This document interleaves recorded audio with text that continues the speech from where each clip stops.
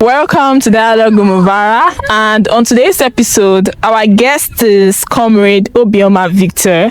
He is the current Director of Academics of this faculty. He's someone that has value and someone that likes pursuing for student welfare and the academic welfare too. It's so nice to have you here, sir.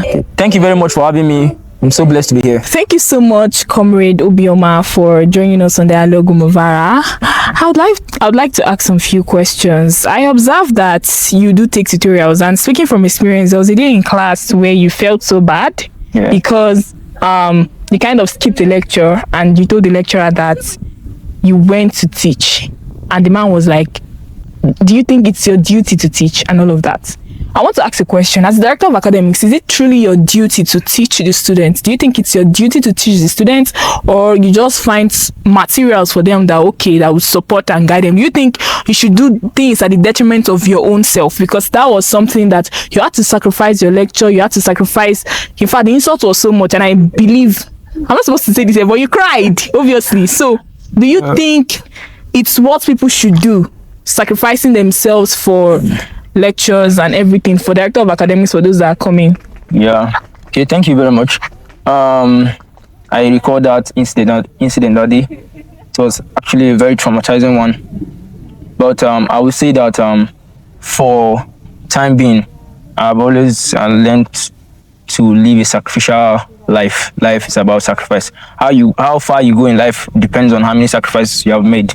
So that's why at first I wanted to take it to heart, but I remember the kind of person I am. So, and the kind of how far I've come is because of my sacrifices I've made. So that one shouldn't distort my plan. So going forward, I think students should also incorporate the habit of laying down sacrifices. Because sacrifice is important for human existence. This the airplane we are flying today, the comfort we are living today, they are all made possible by one individual or a group of individuals sacrificing their time and their knowledge as well to make it happen. So without sacrifice, I don't think you actually achieve your main goal in life. Do you think being a Director of Academics had made you experience a lot of things? I'm talking about your leadership skills. Do you think it's improved? Do you think you advise students to go into politics, and also not even into politics, but coming out for Director of Academics? Do you think it's something you advise people to do? Don't you think that position is not something people should go for? Because they are you might even go behind because you want to always be there for people. Because speaking from experience, I teach other levels, right? And whenever you want to teach, you need to drop your own course and start taking those courses again. No matter how good you are, you need to go through those courses, those things before teaching them. So do you advise young people that are coming that, okay, Director of Academics is a position I want you to take because you are good, or you want them to stay back? What do you think about it? I think for a student to say or have this ambition that he or she wants to take the position of Director of Academics, or want to come out to be elected as Director of Academics, I think first he should have in mind is that he should be able to, like I said, sacrifice. That's one. Then secondly,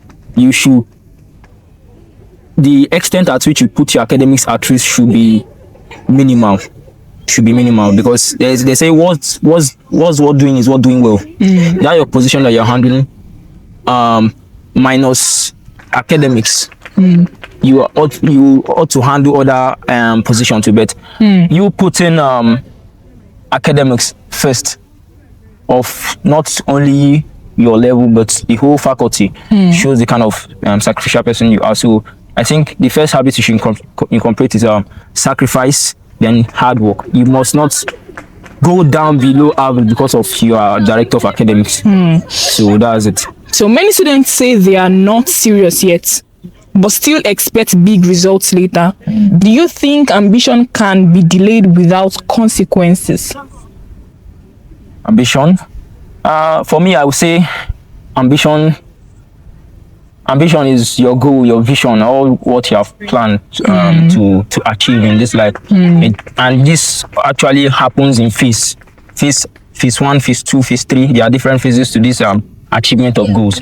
So if you are a very ambitious human being, you must be ready to pay the consequences, because at that extent, it always comes with consequences. That's as matter of fact.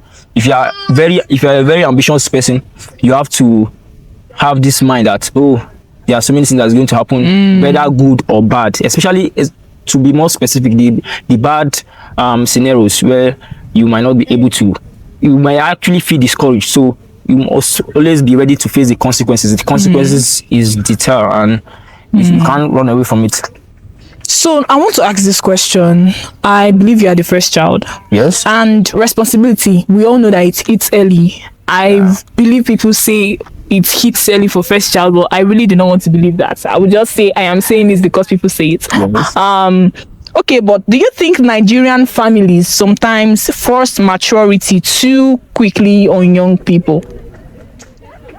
From what I've seen so far, from my life experience, I think yes, depends on the kind of home you're coming from.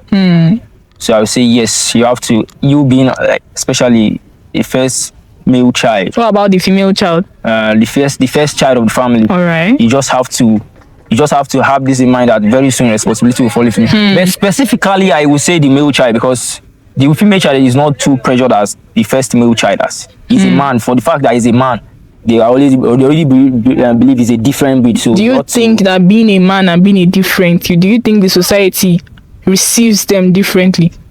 Yes, they receive the way a man is treated is different from the way a woman is treated in the society. Is very obvious. Can you explain? Okay. In terms of favor, in terms of soft sex rates, and in terms of distraction. The thing is that men tend to face more distraction than the women in terms of distraction. So that's why I feel that they are being received differently, treated differently. So you think that, okay, so you are trying to say that family forces pressure on the first child? Yeah, it's not that they will directly force it on you, but you being a responsible child, you will know that indirectly the responsibility is falling into me. They don't need to even tell you. You just, when you look at your siblings like this, you look at how they are going, and plus your vision, because you are adding everybody to your vision. You're adding everybody because if you are successful today, you also want your family members to be successful, especially your siblings to be as good as you are. So you are envisioning everything all together. Like, they are all in the picture. So that's how it is. Okay. I would like to ask a question. Do you believe pressure is necessary for success? Yes. In our Nigerian society today, I think pressure is somewhat necessary. Somewhat, because it does not have to be visible, but somewhat necessary. The reason why pressure is necessary for success is that without pressure, you feel comfortable. Without pressure, a man usually feels comfortable. And once there is comfort, your plans for life, the speed to achieve them is actually reduced because of lack of pressure. So in our society today, even in short, the whole world as a whole, once, like now, let me give an example. I want to develop a new machine that I want to solve a problem for agriculture. Maybe harvester. So now, what will fuel me? The motivation. Yes, or act as a catalyst for me to achieve that is the kind of pressure I'm receiving outside. A farmer just call, I harvested this maize, I harvested this, it's not working. Like it was very difficult. That's an indirect pressure to you. So it's just acting as a catalyst for you to speed up whatever you're doing. So pressure is actually very necessary, because without pressure, there's maximal comfortability as a man, and you don't need comfortability to go far in life. So in what you see, do you think this generation, we are more comfort seeking or we are pressing? As for me, from the experience I've gained so far, I would say our generation, they are not seeking comfort. We are not seeking comfort. Yes, we are active. Yes, we are actually active. Everybody wants to be successful. and their various niches. Both if it's a medical student, a law student, even just normal student learning cyber security. or So something. everybody wants to be successful. So I'm even glad to, like, in this generation, more women too, they want to be ambitious women that want to achieve their goal. So there's less comfort. So we are not seeking much comfort. Some people say faith can make young people passive, waiting for miracles instead of taking action. Have you ever struggled with that balance? Yes. So you are someone that was or that is religious. Yes. No, I at some point you were religious. Yes. I was religious, but I still have it in mind. This is that faith is very important, but action is what approves faith. Your faith is not working without action. So once you actually have faith in something, you have to start working towards it. Start laying plans. This is what I call, you go to your drawing board and you draw out your strategies, you draw your plan, you draw out your plan B, you draw out your plan C, and everything. If this plan A doesn't work, plan B has to work. If plan B doesn't work, plan C has to work. And faith is just by, oh, so help me God, amen. So that's how it is. So you believe that people should still believe in God? Yes. People should still believe in God. God He made everything possible. Because I've seen a scenario where a man, he has been putting on the work. Before putting on this work, he always committed to the hand of the Almighty. So, and it's only the way the miracle happened, like he was called abroad miraculously, because there was no clue on how that there was no connection. Exactly. It wasn't showing. It was not showing. So it's only God that made it possible. So, and you can see that God is actually in action. So that's it. As someone who observes growth closely, what behavior among students today shows that they are not truly ready for the success they claim to want? Okay. So far, from what I've seen from students so far, they aspire to be successful, but I see laziness in a different form of what's supposed to be an advantage is being used as a disadvantage. The internet. I won't lie to you. So many of us are still battling this, where your internet, at least minus, you want to have fun, you want to excite your memory and all that, your brain cells, you want to keep them active. There's also need for you to use that internet. Internet is an opportunity to actually build up your plans and make them solid. Make your plans very visible. That's the main use of internet. Because let me share this experience. I'm a crypto enthusiast. So I think I started that 2023. So when I started, I had this in mind that I was not going to pay anybody to learn crypto. Okay. So one of the challenges I've faced so far is that I'm supposed to be using the internet to my own advantage, to be gaining more knowledge. Yeah. But as time goes on, I started well. But as time goes on, I'm having the limitation of, sometimes I'll just go to TikTok. Okay. And you waste like 3 hours of your time. Time is money. Yes. Sometimes you go to Instagram Reels, you watch Reels. Sometimes. So now I just suddenly realized that, my goal, I'm not achieving it at the speed I want. So it only means that internet that have been serving that's supposed to serve as advantage is serving as a disadvantage to me. So it's something I'm actually working on now, so to boost my growth in that niche. So that's how it is. Between spiritual guidance and personal strategy, which do you think shapes destiny more in this generation? Between spiritual guidance and personal strategy, which one shapes destiny more? Our generation. Yeah. The two of them are very, very important. Yeah. So then you can't take anyone apart. Yes. But which one shapes destiny more? I think personal strategy. Personal strategy in the like that. You are seeking for spiritual guidance. manna does not fall from above. It depends on your action. So those action now is being contained in that personal strategy. So the way you make your plans it actually makes you different from other people, because there are thousands of people making plans to achieve maybe that same goal that you want to achieve, but your personal strategy just keeps you different. So I think to shape your destiny more is personal strategy. Example, you might be praying that I want to become a doctor, but personal strategy now will now be telling you that, okay, you are praying to become a doctor. So the first, you got admission first, your first admission was, let's say it's agric.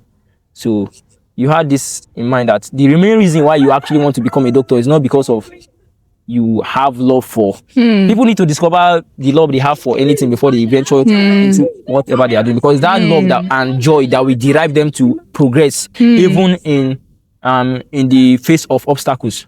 So once the love is there, is already sealed. So now you know that the main reason you want to become a doctor is just for the financial purpose, because you hear they are paying very well. Then personal strategy will now tell you that, okay, when you now they give you agri, Okay. you will now say, okay, you make research about agri. What is this agri all about? You discover that agri is actually an entrepreneurial course where you can sustain yourself at a higher level, even more than those people, more than the doctors you want to become. Yeah, because they all depend on food. Exactly. For the main purpose that your main aim of success is, okay, I want to attain high level of finance. It's not that you love being going to the morgue and seeing dead bodies and all that. So, but it's just the finance, that's what is making you to go there. So I think your personal strategy will tell you it's better you switch to agric, because you don't have the love for being a doctor, a medical doctor. So you switch to agric.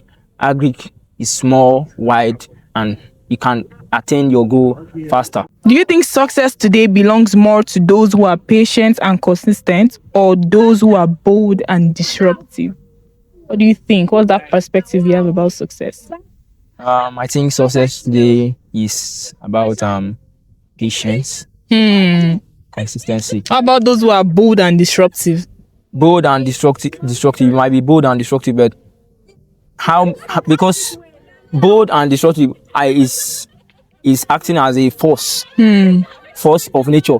But you might totally put in this force, you might not achieve what you want to achieve. So consistency keeps telling you to push no matter what. If you fail, you still make on that way, push.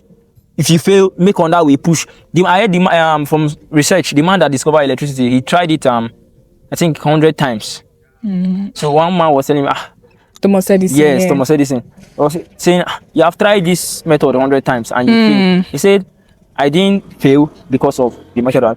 I just have to use different method 100 times. So, and eventually you got it. So that's how it is. So consistency gives you this hope, this energy to just keep pushing. The thing is, the foolish thing people do is that they repeat the same strategy over time without checking. Exactly. You have to, when you need to do balance and check. Exactly. When you are planning for something, when you go to, you need to have this is what we call self-evaluation. You evaluate yourself. Am I making success? This thing I'm venturing into, am I making success? How far have I gone? If you see it's not yielding effort to that same success that you are aiming, you make another strategy for it. Is everybody wants to be successful. It just depends on the strategy you are using. Starting from 100 level up to this present moment, what do you think things that should be improved in this faculty? What are the things you think should be improved? So far, in this, our great faculty. This faculty is a great one. One of the major things that need to be improved in this faculty is our farm practice. The practical aspect of agriculture. We shouldn't just be in a class receiving lecture about, let's say, about photosynthesis, about plants, about animals. It's not that we are not having this practical, but it's not enough. For a course named agriculture, this is something you'll be doing in the field. It's not enough. You're supposed to be going to the field from 200 level. Just as the medical students, they start taking them to their various this is a professional course. Medical student, from 200 level, they will be start entering hospital, start seeing how they run tests. Yeah. That's how ours need to be. But our own is the 400 level. 400 level before you even see a practical aspect. So, and I think that some of the practicals they are making it sound too local. So it will make it lucrative or interesting for somebody outside to hear that you are doing agriculture, and they say the practical you are doing. Make agriculture fun. That if somebody from outside say this guy is doing agriculture, he's very interested. Imagine we have 2 tractors. Just our faculty tractor. Yes, and probably a drone. Exactly. So all these things boils down to our government. So I can't actually blame the faculty, but it's still a burden on us. So practicals needs to increase with faculty. I would say thank you so much. Thank you so much, Comrade Victor Obioma, Director of Academics, Faculty of Agriculture, University of Abuja. Thank you for joining us on Dialogue with Vara. Such a nice session with you. Thank you so much. I really appreciate it. This is the moment, tonight is the night. We'll fight till it's over. So we put our hands up like a ceiling can.